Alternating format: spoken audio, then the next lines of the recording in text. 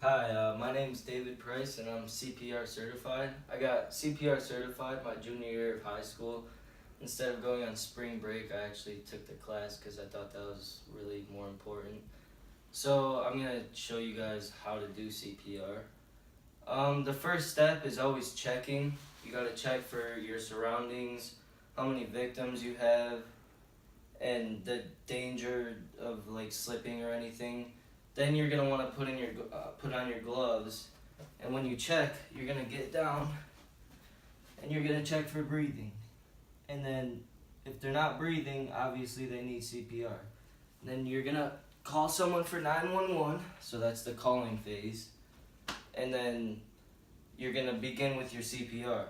So there's 2 breaths for every 30 chest compressions. And what you're gonna want to do is make sure. Well, first, if the victim is on the bed, obviously you want to take them off the bed because there's chances of fracturing rib cages, and obviously you don't want to do that. So you always want to be on a hard surface, like on the ground. So you want to have your arms straight above your shoulders, or shoulder length, and then you want to put your hand on the chest, right here, and then you're going to open your fingers and lock the fingers like that. Then you're going to begin your chest compressions, 30 compressions, 2 breaths. But before you take your you'll take your first breath, you'll check for breathing, and if the chest rises, obviously the airways are open, so you're going to keep going. But if the chest doesn't rise, that means they're choking. So you're going to want to obviously open their mouth and take out whatever there is.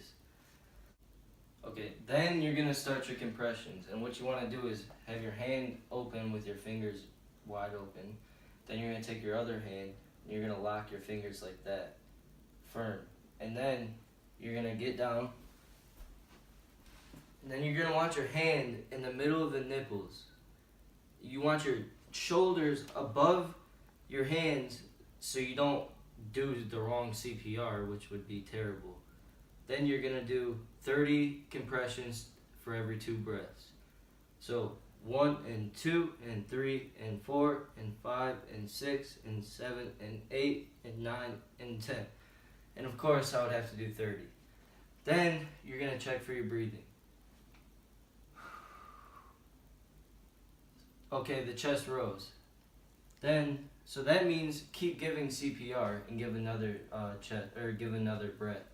But if you breathe in their mouth and the chest doesn't rise, then obviously that means they're choking. And when they're choking, you're going to want to open their mouth wide and grab whatever you can get. And if you can't get anything, then you're going to have to turn them over and do the whole choking part. So there's a difference between doing CPR with adults and children. With adults, when you get down, before you do your breaths, you do your 30 chest compressions, then your 2 breaths. With children, obviously because they're smaller and they can't take as much pressure or anything, what you do with them is you give the 2 breaths and then the 30 chest compressions.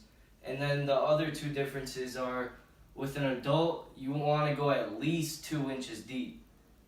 With children, you want to go at most 2 inches deep, obviously, so you don't break their rib cage or anything. And that's how you give CPR. Now I'm going to show you guys how to give a live demonstration on how to give CPR. Are you okay? Are you okay? Call 911.